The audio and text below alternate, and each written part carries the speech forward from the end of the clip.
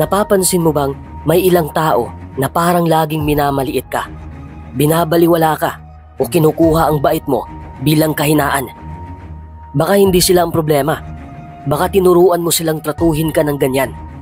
At ngayon, panahon na para itama yon. Sa video na to, bibigyan kita ng malalim pero practical na mga psychological tips kung paano mo mapipilitang igalang ka ng kahit sinong tao sa tahimik, matalino at makapangyarihang paraan. Number 1. Magtakda ka ng malinaw na hangganan. Ang pagtatakda ng malinaw na hangganan ay isa sa pinakamahalagang hakbang para matutunang igalang ka ng ibang tao. Hindi ito tungkol sa pagiging suplado o pagiging masungit, kundi tungkol ito sa pagkilala sa sarili mong halaga at pagpapakita sa iba na hindi mo basta-basta hinahayaan ang sinuman na yurakan ito.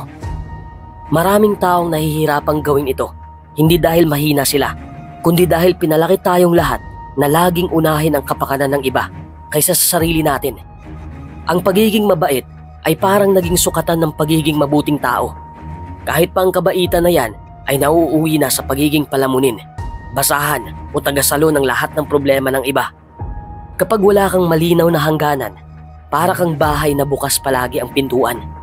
Kahit sino, kahit anong oras, kahit anong kondisyon, pwede kang pasukin. At ang masama, hindi lahat ng taong pumapasok ay may mabuting intensyon. May iba na sadyang sanay sa pagsasamantala, sanay na hindi tinatanggihan, sanay na inuuna lagi ang gusto nila. Kaya kung hindi mo gagawing malinaw kung ano ang limitasyon mo, laging may mga taong aapak, aabuso at magmimistulang parang utang mo pa sa kanila ang pagpapagod mo. Ang hangganan ay hindi laging kailangan ipagsigawan. Hindi mo kailangang maging agresibo o magtaas ng boses. Pero dapat malinaw ito sa pananalita mo, sa kilos mo, sa mga bagay na tinatanggap mo at sa mga bagay na tinatanggihan mo. Ang tunay na hangganan ay hindi lang sinasabi, pinaninindigan. Dahil kahit pasabihing hindi mo gusto ang isang bagay, pero patuloy mo namang hinahayaan, sa isip ng ibang tao, wala ka talagang sinasabi. Ang tahimik mong pagtanggap ay nagiging pahintulot. Kapag natutunan mong magtakda ng hangganan, nagbabago ang dynamics ng relasyon mo sa mga tao. Mapapansin mong hindi na sila ganun kabilis mag-demand. Hindi na sila basta-basta nag-a-assume. At kung may ilan mang hindi makakaintindi, tandaan mong hindi ikaw ang may problema. Ang taong nasasaktan sa hangganan mo ay madalas yung taong sanay sa binipisyo ng kakulangan mo sa limits noon. At habang unti-unti mong pinapalakas ang paninindigan mo, unti-unti mo ring makikilala kung sino talaga ang marunong rumispeto at sino ang nakikinabang lang kapag mahina ka. Ang hangganan ay hindi pader para itaboy ang mga tao. Ito ay pintuan na may lock. Binubuksan mo ito kapag ligtas. Sinasarado mo kapag may panganib.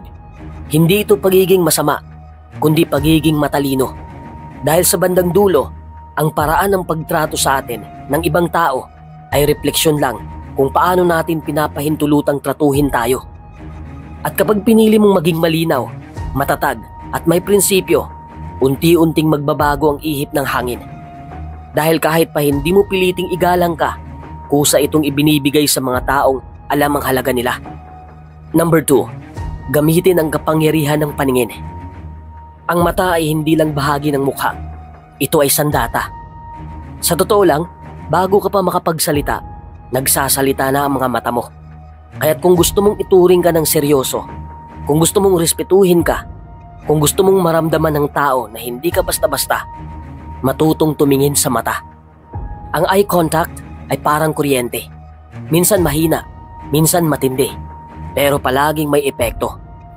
Kapag kaya mong makipagtitigan sa isang tao habang sinasabi mo ang iyong saloobin, may ipinaparating kang mensahe na hindi kayang tumbasan ng salita. Alam ko ang sinasabi ko. Hindi ako natitinag. Dapat mo akong pakinggan. Pero bakit nga ba napaka-epektibo nito? Dahil bihira na ang taong may kumpiyansa. Bihira na ang taong hindi iwas ng tingin. Kaya kapag nakita ng ibang tao na kaya mong tumingin ng diretso, iba ang dating mo. Nagkakaroon ka ng presensya. At tandaan mo to, sa mundo ng relasyon, trabaho o kahit sa pang-araw-araw na pakikitungo, ang presensya ay kapangyarihan. Bukod doon, ang mga taong marunong tumingin sa mata ay mas madaling paniwalaan. Kasi sa psychology, ang mata ay konektado sa truth signal.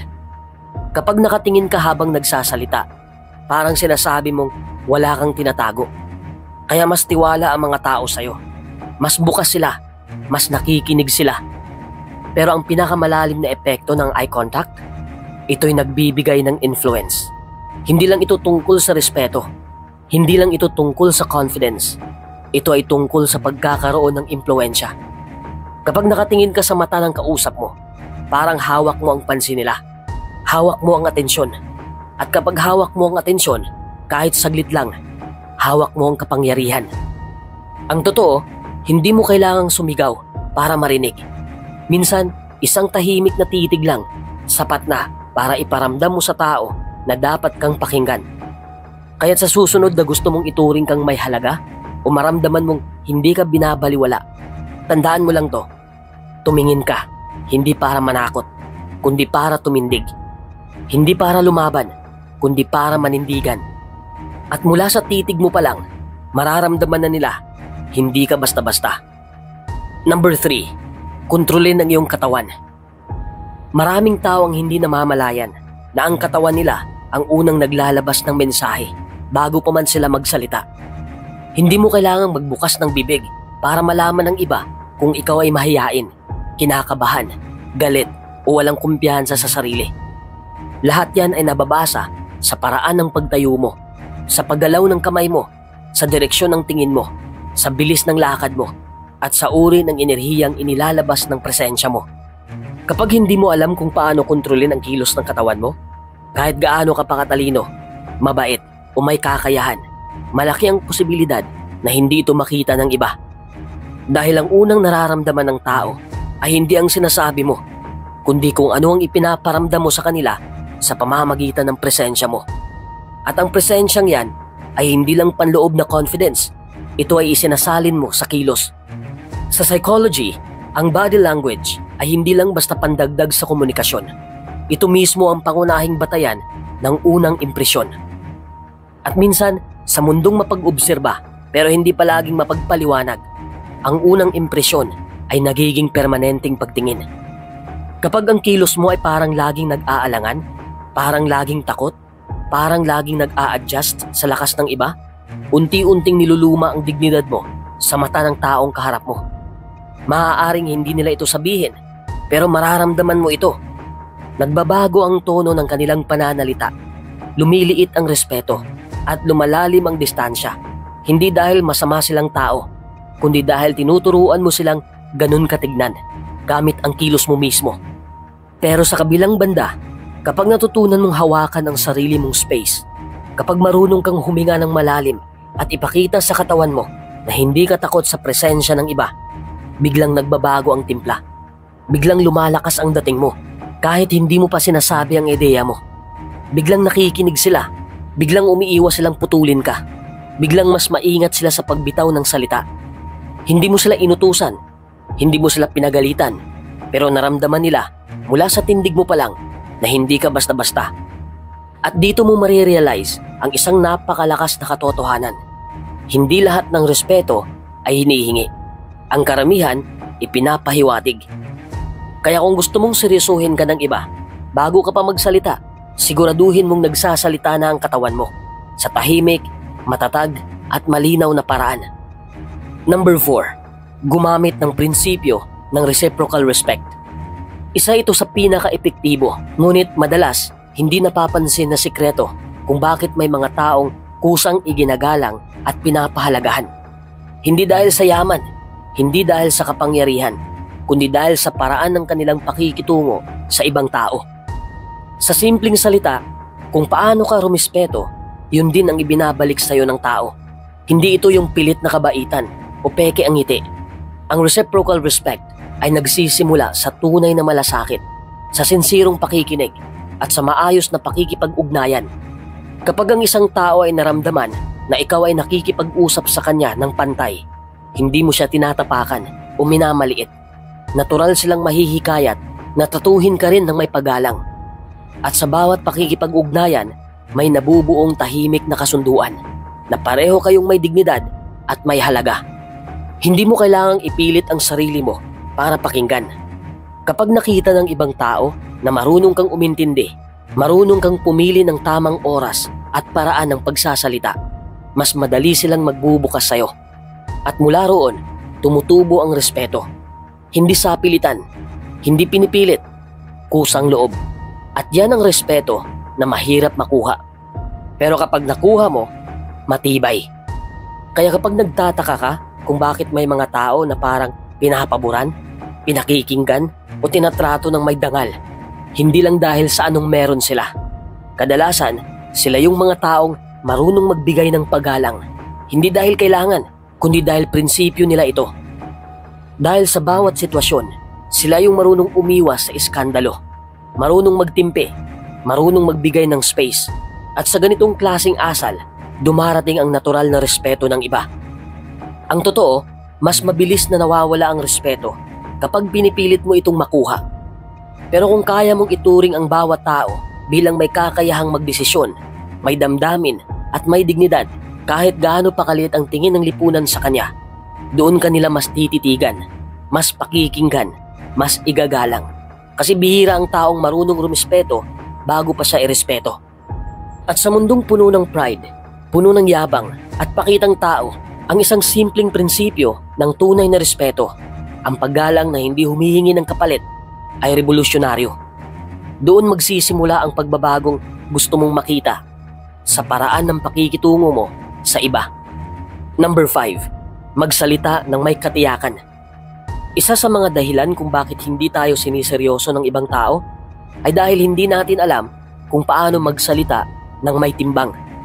Hindi masyadong agresibo pero hindi rin mahiyain o pa-considerate ng sobra.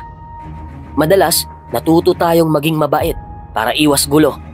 Pero sa totoo lang, yung sobra-sobrang kabaitan nagiging dahilan para apihin tayo. Hindi dahil masama ang mundo, kundi dahil ang mundo ay sumusunod sa kumpiyansa. Kapag ikaw ay laging nag-aalangan sa mga sinasabi mo, kapag bawat opinyon mo ay may kasamang paghingi ng paumanhin, kapag lahat ng gusto mo ay laging nakaipit sa mga salitang siguro at okay lang kung hindi, unti-unti kang nawawala sa space. At ang masaklap, hindi mo ito agad napapansin. Saka mo lang mararamdaman kapag tila baga dinadaan-daanan ka na lang. Hindi pinapakinggan o hindi binibigyan ng bigat ang sinasabi mo. Ang pagsasalita ng may katiyakan ay hindi pagiging bastos. Hindi ito pagmamalaki. Ito ay pagkakaroon ng paninindigan kahit pa simple lang ang bagay na sinasabi mo. Kapag malinaw ang pagkakabigkas mo, malinaw din sa iba na hindi ka nagdadalawang isip sa sarili mong halaga. At yan ang simula ng respeto. Ang isang assertive na tao ay hindi kailangang sumigaw para mapansin. Hindi kailangang mambastos para marinig. Hindi kailangang gumawa ng eksena para seryosohin. Ang kailangan lang niya ay panatag na loob, diretsong pananalita at pagkakaalam sa kung anong kaya niyang tanggapin at hindi. Sa panahon ngayon, uso ang pagiging passive. Yung tahimik ka na lang, tiis ka ng tiis, tapos umaasa kang kusa. Tapos umaasa kang kusa silang magbabago. Pero minsan, hindi sila magbabago hanggat hindi mo sinasabi. At kung sasabihin mo rin lang, sabihin mo ng buo. Sabihin mo ng malinaw at walang pag-aalinlangan. Dahil kung hindi mo kayang panindigan ng salita mo, huwag mong asahang paninindigan yon ng ibang tao para sa'yo. Ang pakikipag-usap na may katiyakan ay parang salamin. Ipinapakita mo kung sino ka talaga. Hindi mo kailangang magkunwaring okay ka. Hindi mo kailangang umayon palagi. Hindi mo kailangang ipilit ang gusto mo. Pero alam mong karapatan mong ipahayag ito. At sa tuwing ginagawa mo yon, unti-unti kang natututong igalang hindi lang ng ibang tao, kundi ng sarili mo rin. Ito ang uri ng komunikasyon na hindi natutunan overnight. Pero kapag sinanay mo ang sarili mong magsalita ng may paninindigan kahit sa maliliit na bagay, makikita mong unti-unting nagbabago ang dynamics sa paligid mo. Hindi na basta-basta ina-underestimate ang opinyon mo. Hindi ka na laging nauurong sa dulo at mas lalong hindi ka na natatakot na marinig. Dahil sa dulo ng lahat, ang taong marunong magsalita ng totoo, malinaw at may dignidad ay taong hindi kayang baliwalain. Number 6. Gumamit ka ng katahimikan bilang sandata. Ang katahimikan ay isa sa mga pinakamakapangyarihang anyo ng komunikasyon. Ngunit madalas itong hindi napapansin. Sa mundo kung saan ang lahat ay nagmamadaling magsalita, nagmamadaling magpaliwanag, magtanggol ng sarili at maglabas ng opinyon, ang katahimikan ay nagiging kakaiba. At dahil kakaiba ito, tumitigil ang tao at napapaisip. Hindi mo kailangang laging sumagot agad. Hindi mo kailangang ipaliwanag ang bawat desisyon. Hindi mo kailangang patunayan ang sarili mo sa bawat pagkakataong kini-question ka. Sa totoo lang, ang sobrang pagsasalita ay madalas nagiging dahilan kung bakit nababawasan ang timbang ng mga sinasabi natin. Kapag lahat ay binibigyang salita, nawawala ang bigat ng mga salitang mahalaga. Kapag pinili mong manahimik sa gitna ng tensyon, hindi ito kahinaan. Isa itong senyales ng disiplina. Disiplinang kontrolin ang sarili sa halip na kontrolin ng iba. Disiplinang hindi basta bumigay sa emosyon kahit may dahilan kang sumigaw, lumaban o magpaliwanag. Dahil alam mong sa ilang pagkakataon, ang hindi pagsagot ang pinakamatinding sagot. Ang katahimikan ay nakakayanig. Kapag hindi mo agad sinasagot ang isang taong sanay na pinapakinggan, mas malakas pa ito kaysa pagtaas ng boses. Kapag pinili mong huwag mag-react sa pang-aasar o pang-aabuso, nababali ang cycle ng control. Dahil ang mga taong mahilig manakit, umaasa sa tugon mo. Pero kung wala silang makuha, sila ang nabubuwal. Katahimikan din ang nagsasala sa kung sino ang totoo. Kapag tumigil kang maghabol, tahimik mong makikita kung sino ang lalapit. Kapag pinili mong hindi na ipaglaban ang hindi ka rin ipinaglalaban, tahimik mong mararamdaman kung sino ang handang manatili. Walang drama, walang eksena. Isang tahimik na pag-angat mula sa mga bagay na hindi nakarapat-dapat sa'yo. At higit sa lahat, ang katahimikan ay nagsisilbing proteksyon. Proteksyon mula sa pagsisisi sa mga salitang binitawan sa init ng ulo. Proteksyon mula sa mga sitwasyong wala ka naman talagang kailangang patunayan. Proteksyon mula sa pagkapagod sa pakikipagdiskusyon na walang patutunguhan. Dahil hindi sa lahat ng laban, kailangan mong sumabak. Minsan, ang hindi pakikipaglaban ang tunay na panalo.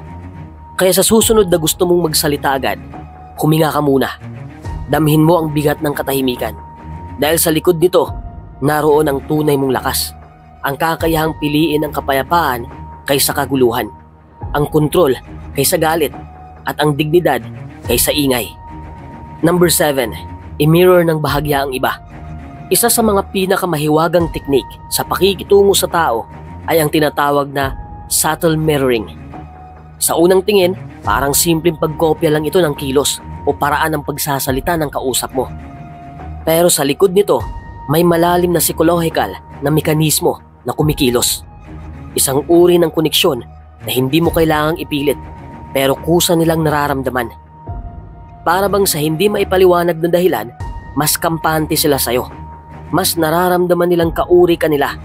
At kapag ganun ang pakiramdam ng isang tao, mas nagiging bukas sila, mas nagiging magalang, at mas nagiging totoo sa pakikitungo. Ang totoo, lahat tayo ay naghahanap ng salamin. Gusto natin ng taong nakakaintindi, nakakaramdam, at nakakakonekta sa kung sino tayo.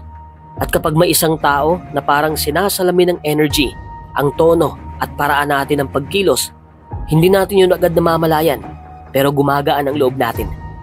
At ang nakakagulat, nagkakaroon ng otomatikong paggalang. Hindi sa pilitan, hindi pinilit, hindi dahil sa takot, kundi dahil sa pakiramdam na parang isa siya sa atin. Dito pumapasok ang kapangyarihan ng mirroring. Ito ay hindi tungkol sa pagkukunwari. Hindi mo kailangang baguhin kung sino ka. Ang mahalaga lang ay ang pagiging present at observant.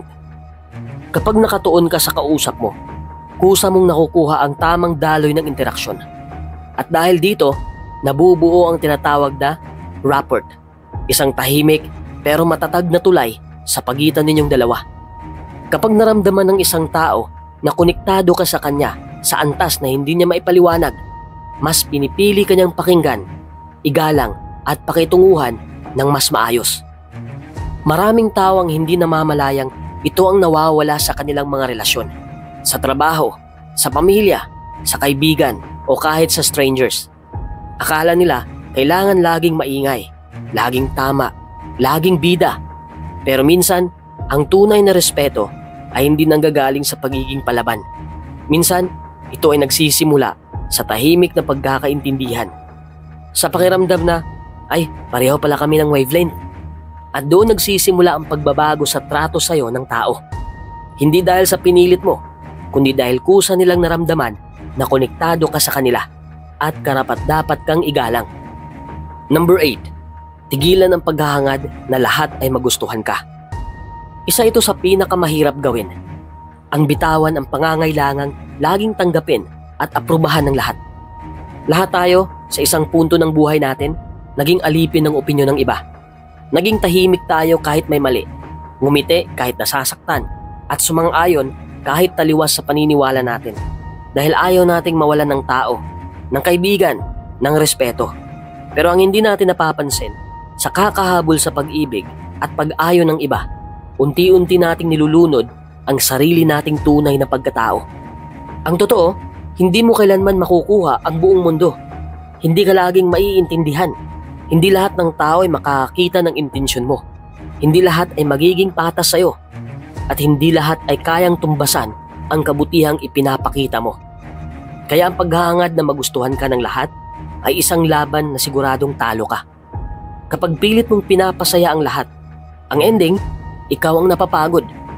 Kapag laging ikaw ang nagpaparaya para manatiling maayos ang lahat, ikaw ang nauubos. Ang masaklap habang mas sinusubukan mong makuha ang loob ng lahat, mas mawawala ang respeto nila sa'yo. Kasi nakikita nila na kaya mong i-bend ang sarili mo para lang sa kanila. Kapag masyado kang available, masyado kang agreeable, nawawala ang mystery, ang value at ang bigat ng presensya mo. Nagiging background ka na lang sa kwento nila, hindi bida sa sarili mong buhay. At habang ikaw ay patuloy na nagpapakumbaba sa maling paraan, mas nasasanay sila na okay lang saktan ka, na okay lang baliwalain ka, o ituring kang parang hindi ka importante. Ang pagpapakumbaba ay isang birtud, pero ang pagiging people pleaser ay isang bitag. Magkaibang magkaiba. Ang una ay may dignidad, ang pangalawa ay puno ng takot. Takot na maiwan, takot na hindi magustuhan, takot na mawala ng koneksyon. Pero sa realidad, sa tuwing pumapayag ka sa mga bagay na hindi mo gusto, sa tuwing kinakain mo ang pride mo para lang hindi sila mainis, ikaw mismo ang unti-unting umaalis sa sarili mong buhay.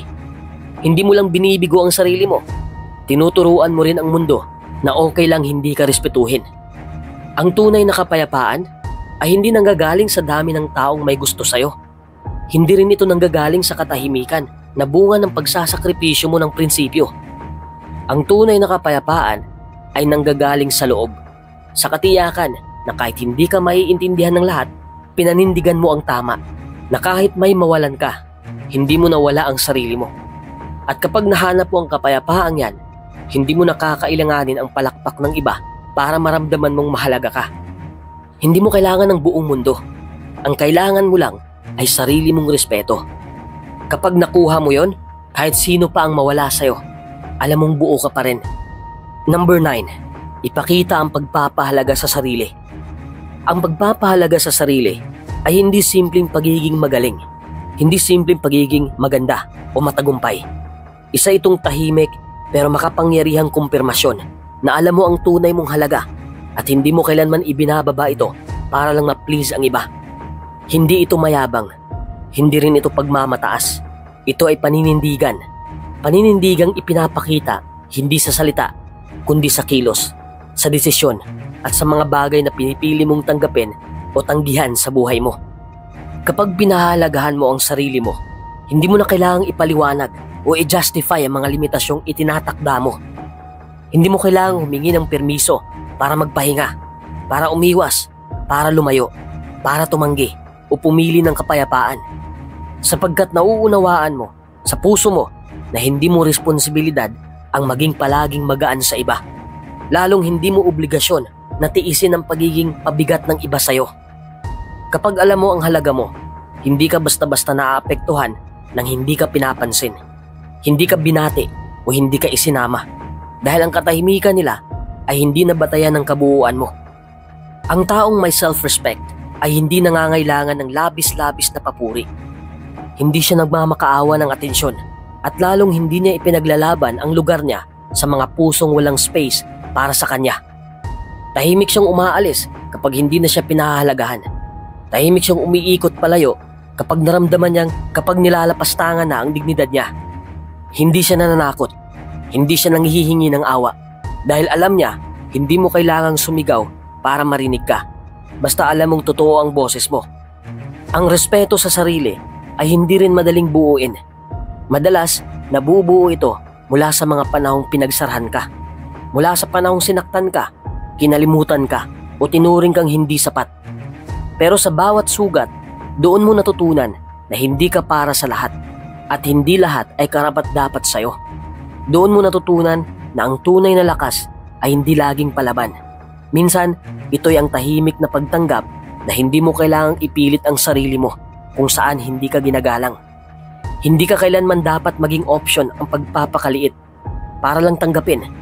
Hindi kailanman dapat isugal ang katahimikan kapalit ng pansamantalang koneksyon. At hindi kailanman dapat isuko ang dignidad mo kahit pa ang kapalit ay ang bagay na pinakagusto mo. Dahil sa dulo ng lahat, ang tanging tao na kailangang marunong rumispeto sa'yo ay ikaw. Kapag marunong kang gumalang sa sarili mo, itinuturo mo sa buong mundo kung paano ka dapat tratuhin. At kung hindi nila ito kayang matutunan, marunong ka ring lumakad palayo nang hindi tinitingnan kung sinusundan ka. Dahil ang taong may tunay na halaga sa sarili, hindi kailanman natatakot sa pagkawala.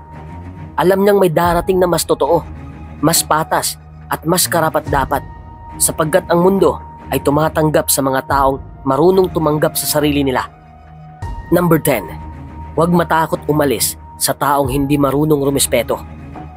Ang isa sa pinakamahirap gawin sa buhay ay ang talikuran ng isang taong minsan mong minahal, pinagkatiwalaan o pinili. Pero minsan, yun ang pinaka-importanting hakbang para makuha mo ang respeto. Hindi lang mula sa kanila, kundi mula sa sarili mo. Ang problema kasi, maraming tao ang natutong magtiis, natutong mag-adjust palagi, natutong manahimik kahit binabaliwala na sila. Paulit-ulit silang nagbibigay, umaasa, nagbubulag-bulagan dahil natatakot silang mawalan. Pero ang hindi nila alam, sa bawat araw na pinipili nilang manatili sa maling tao, unti-unti silang nauubos, unti-unti silang nawawala. Kapag paulit-ulit ka ng hindi pinakikinggan, kapag sinasadyang hindi i-consider ang nararamdaman mo, kapag ginagawang biro ang sakit mo o pinapalampas ang respeto mo, hindi mo kailangang patunayan pa ang sarili mo. Hindi mo kailangang ipagsiksikan ang halaga mo sa taong piniling baliwalain ito. Sapagkat kung totoo ang pagtingin nila sa'yo, hindi nila kailanman ipagkakait ang respeto. Hindi kawalan ang lumayo sa isang taong hindi marunong tumanggap ng hangganan. Hindi kahinaan ang iwan ng isang taong paulit-ulit na lumalampas sa limitasyon ng pagmamahal mo. Ang totoo, lakas yun dahil pinipili mong unahin ang katahimikan kaysa gulo. Pinipili mong alagaan ang sarili mo kaysa paulit-ulit na saktan ito. Hindi selfish ang magmahal sa sarili. Ang tunay na respeto ay hindi mo mapipilit. Hindi mo ito mahihingi mula sa taong ayaw itong ibigay. Pero pwede mo itong protektahan sa pamamagitan ng pag-alis. Pwede mong itigil ang cycle ng pananahimik, pagtitiis at paglimos ng atensyon. Pwede mong ipakita na hindi mo kailangang manatili sa lugar na hindi ka pinapahalagahan. Kaya kung dumating ka sa puntong sobra na, huwag mong isipin na talo ka kapag ikaw ang umalis. Sa totoo lang, yun ang panalo. Panalo ng taong piniling igalang ang sarili. Panalo ng taong mas pinili ang kapayapaan kaysa relasyon. Panalo ng taong hindi natakot ipaglaban ang dignidad niya, even if it means walking away. Dahil minsan, ang tunay na pagmamahal ay yung kaya mong sabihing, hanggang dito na lang, sapat na ako kahit wala ka. Sa huli, ang paraan ng pagtrato sa atin ng ibang tao ay kadalasang refleksyon ng kung paano natin pinapahalagahan ang sarili natin. Hindi laging madaling tanggapin yan. Mas madali kasing sisihin ng ibang tao na masama sila, na wala silang pakialam, na sila ang problema. Pero ang mas malalim na katotohanan ay ito. Hinuhubog natin ang paraan ng pakikitungo sa atin. Araw-araw, dahan-dahan. Sa bawat, sige na nga. Sa bawat, okay lang kahit nasasaktan ako. Sa bawat katahimikan natin kapag dapat nagsalita tayo, tinuturo natin sa mundo kung anong pwede at hindi pwedeng gawin sa atin. Hindi sapat na gusto mong igalang ka. Kailangan mong manindigan sa sarili mong halaga. Hindi lang sa salita, kundi sa kilos, sa pagpili ng mga taong pinapasok mo sa buhay mo at sa mga sitwasyong tinatanggap mo. Kapag tinanggap mo ang mga bagay na labag sa kagustuhan mo, ipinapakita mong pwede kang baliwalain. Pero kapag matatag ka sa sarili mong prinsipyo, kahit hindi ka palaging tama, ramdam ng iba na hindi ka nila basta-basta mauuto, malilinlang o maaapakan. Hindi mo kailangang maging palaban, hindi mo kailangang sumigaw, at lalong hindi mo kailangang ipaliwanag ang sarili mo sa lahat ng oras. Ang tunay na respeto ay hindi nakukuha sa ingay, kundi sa paninindigang tahimik pero buo. Ang pagkatao mo ay hindi nakasalalay sa opinyon nila, kundi sa pananaw mo sa sarili mo. Kung paano mo pinanindigan ang sarili mong halaga kahit walang pumapalakpak, kahit walang umaayon. Kapag nahanap mo yung lakas na yon sa loob mo, yung kakayahang mamili, tumanggi, umalis, manindigan, mapapansin mong unti-unting nagbabago ang galaw ng mga tao sa paligid mo. Bigla silang nag-iingat sa mga sinasabi nila. Bigla silang natutong makinig. Bigla silang natutong magpasalamat. Hindi dahil natuto sila, kundi dahil ipinakita mo kung paano ka dapat tratuhin. At sa sandaling yon, hindi lang respeto ang makukuha mo, kundi kapayapaan, kumpiyansa at dignidad na hindi kayang ibigay ng kahit sinong tao, kundi ng sarili mong paninindigan.